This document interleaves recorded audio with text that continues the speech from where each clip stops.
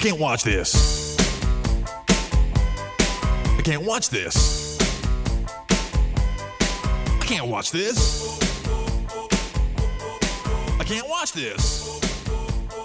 I can't watch this. TV makes me so bored, makes me say, oh my lord, what is this garbage here? Wanna cover my eyes and plug my ears. It sucks. And that's no lie, it's about as much fun.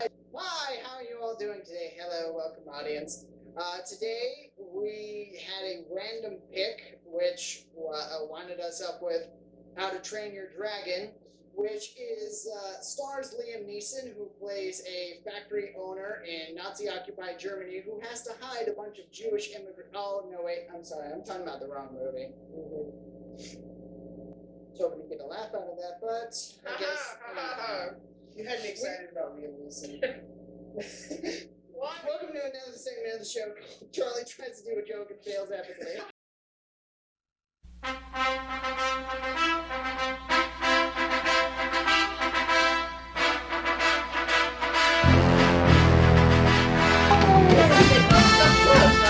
That's true. I'm sure it's about Liam Neeson and stuff.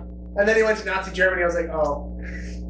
He kept going to Nazi Germany. I was like, okay. Taken for time travel. We need to have him go back in time and replace what's his face? The Dennis Quaid in Dragonheart, and that way he can be the opposite from Sean Connery. That'd be freaking amazing.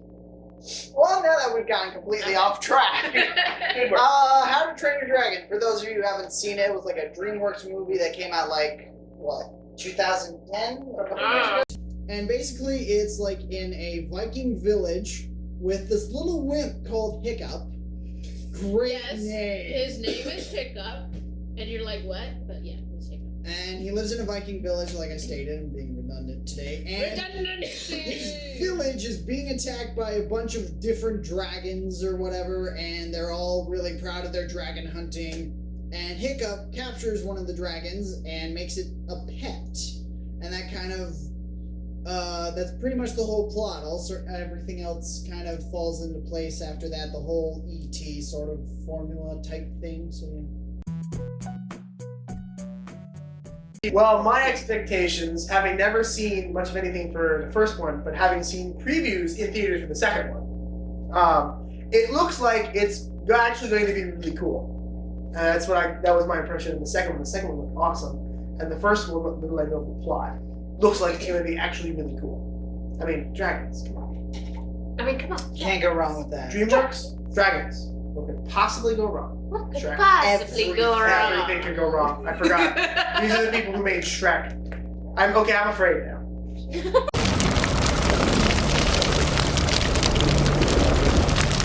Well, first time I saw it was on ABC Family, so I stumbled upon it. But I saw trailers for it, and I was like, it looks like a good animated movie. And for those of you who don't know, I like animated movies a lot. Like, too much. You didn't know that already? You clearly haven't been watching Team Whatever for the past year. Obviously, you're not part of our very large fan base of 12 followers. I know, we're so made. I know. Hey, we have over 50 now. Come on, man. My expectations for this film when I first watched it was I was not going to see it because I just really didn't want to. I had no desire to see it. Okay. And I was forced to watch it for a birthday party. It's like, we're going to go see How to Train Your Dragon. Okay. That's only how you see the interesting movies. Yeah, that's true. That's true. I was going to say, if you guys have any other comments, say it now, but I'm pretty sure we've said it. I think we said all our comments. I like the second movie better than this one, but this one's still good. I haven't seen the second one. It's really good. Okay, so we just finished. We just furnished. We just finished How to Train Your Dragon. Good job. Good job. Do I get a gold star? Yes. Joan, you get to go first. Why? Hopefully this is an epic adventure full of cuteness, drama, and action. Yeah, I think that's pretty good. I would put that as my summary as well. And you can't copy and paste. I can make the rules. I can do whatever crap I want. He's the editor. Close computer. Yeah, I would say something along the same lines. It's a really good animated picture that's Why unique. Why gotta qualify as an animated? Why can't it just be a movie? It's a very good animated adventure with dragons and action and a lot of character Yes. development. Here we go. That was a loud slap. Yeah. of- No. So in one sentence, I guess it's a DreamWorks movie that's not Kung Fu Panda that I like. That involves love, explosions, one really big explosion, and dragons. It's really good. I like. Good with expectations. I mean, I expected it to be good, so it is good. So, good. It was a DreamWorks movie, so I had low expectations What? already. What? But even if I had decent expectations, it would have exceeded them. This was a really good movie. Hashtag DreamWorks hate. What the crap, man? I have not liked a single DreamWorks movie besides Kung Fu Panda. Prince and, of Egypt. Okay. I didn't watch that. That one was good. We That need to one watch was that. I one. think. Okay, I can actually Totally. remember when I first saw this in the theaters, and like I said before, I had no expectations for this film. I just saw the trailers and I was like, I'll go see it because it was for a birthday party. And it really surpassed my expectations. And when I went to go, and now that for this episode, when we were going to watch it again, I was thinking in the same mood, like, oh, okay, it's going to be all right. And this one had totally surpassed it. I had like chills throughout like 60% of the film, which is really rare for me because most of the time I just can't get into a movie because I'm so critical.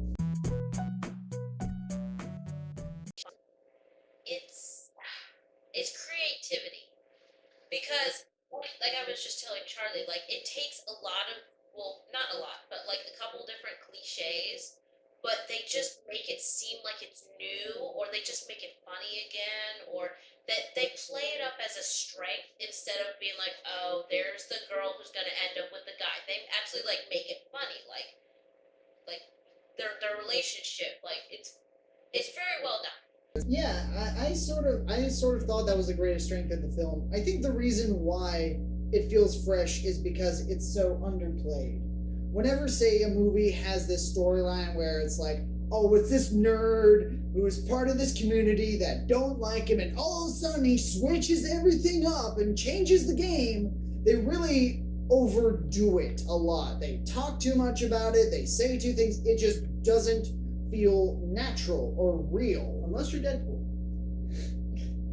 Yes, it does manage to take these cliches, and the reason why I think it is so strong with it is because it's very subtle about it. It doesn't beat you over the head, and that's why it makes it feel so fresh and new.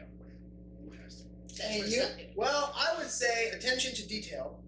Well, it was kind of an attention to detail and very closely related cinematography, because what they had all these different details, like the way the Toothless is like half tail operated, and just these little things that you wouldn't normally notice, but you wouldn't notice them unless they weren't there.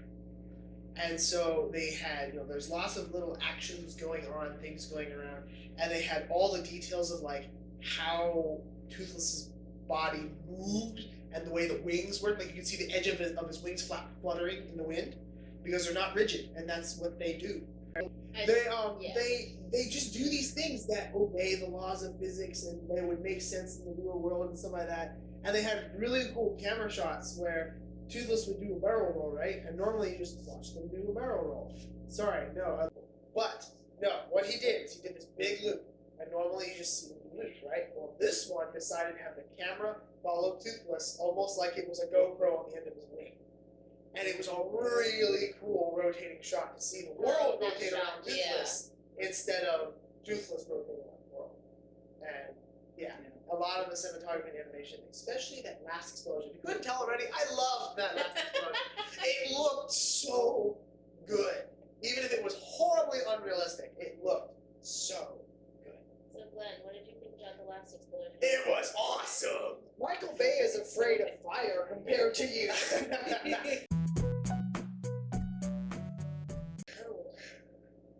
made by DreamWorks. I don't Oh my like it. god. That's not a legitimate I don't want complaint. to give them my money. I'm kidding. I'm kidding. I don't know. Probably the romance could be done a little bit smoother. Yeah. It felt. I mean- it felt fast. It felt fast, but it felt somewhat natural. So they kind of just like let it go. They didn't really focus on it, which is fine. But it was very fast. It was first like, I'm really angry at you because you keep stealing all my glory. But then it was all of a sudden like, oh my gosh, okay, there's this dragon. And now I love her. It's And like, I guess really you just- cute. And, I guess the oh, main. gosh. I guess Astrid. That's the love interest. And- And just has a thing for guys with dragons. and then, I mean, it's not badly done. It just could have been done better. Yeah, you're right. It did feel a little bit rushed.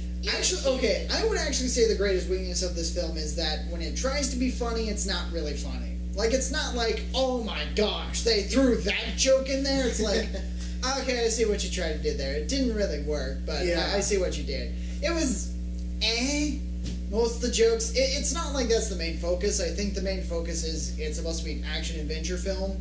So when it throws jokes at you and they don't work, it's fine because that's not the focus. I mean, it would be nice if they were funny, but they're just not.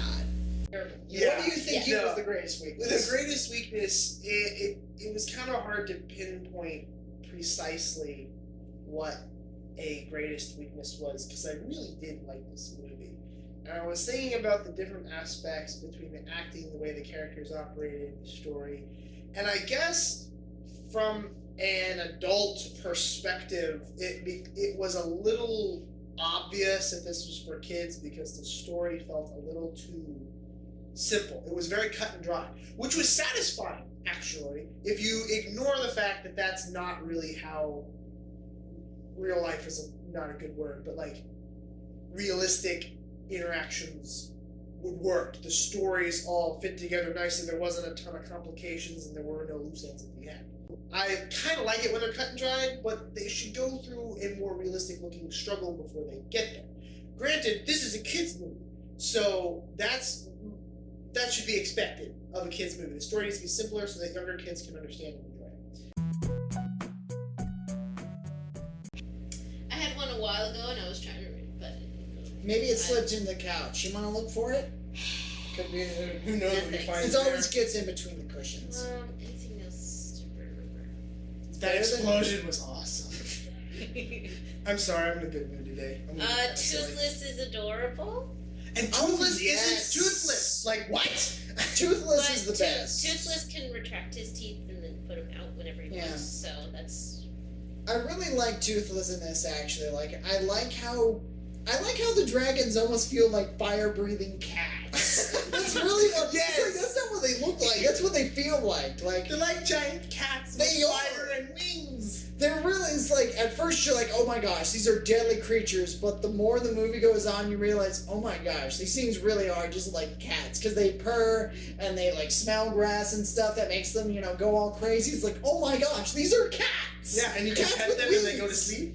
Yeah. So they feel like animals. They don't feel like supernatural beings that we can't understand. They feel like just another creature that you might come across. They just happen to be dragons. But they have the intelligence level of like cats and dogs. Well, They're very personal. I would say more like they have an intelligence level of a dolphin, because you see a few times like where Toothless starts imitating Hiccup, like he tries to draw or he tries to do stuff like that. I would think their intelligence somewhere lies in between a cat and dolphin. okay. I finally remembered a thought. Oh, okay. So And yeah. that's all the time we have for today. Stop it. Okay. So the whole thing about them being animals, is I kind of like throughout the story I thought kind of they were like a mixture between like you said dolphin and cat. I thought, The intelligence of a dolphin. well, I thought it was more kind of like an ape, like I can get that. like a monkey, like the whole like imitating and like drawing and that sort of thing. Yeah. But they also remind me of kind of like a horse, like the whole like this like their forehead. Yeah, the whole doing bonding. that sort of thing. Yeah, they were sort of a weird mixture of all sorts of different animals. They were, but yeah, you can very distinctly tell that they are animals, like 100%. The reality of the situation is totally different from what they're used to. They're used to thinking of dragons as, oh, they're monsters, they have to be killed, blah, blah, blah. But really, they're animals just trying to survive. And you kind of... I love how it doesn't make either side the villain. It's like, it's understandable. On that side, I understand. On this side, but you lean towards one or the other. So... And they make you, they guide you following one side and then gradually show you the other side.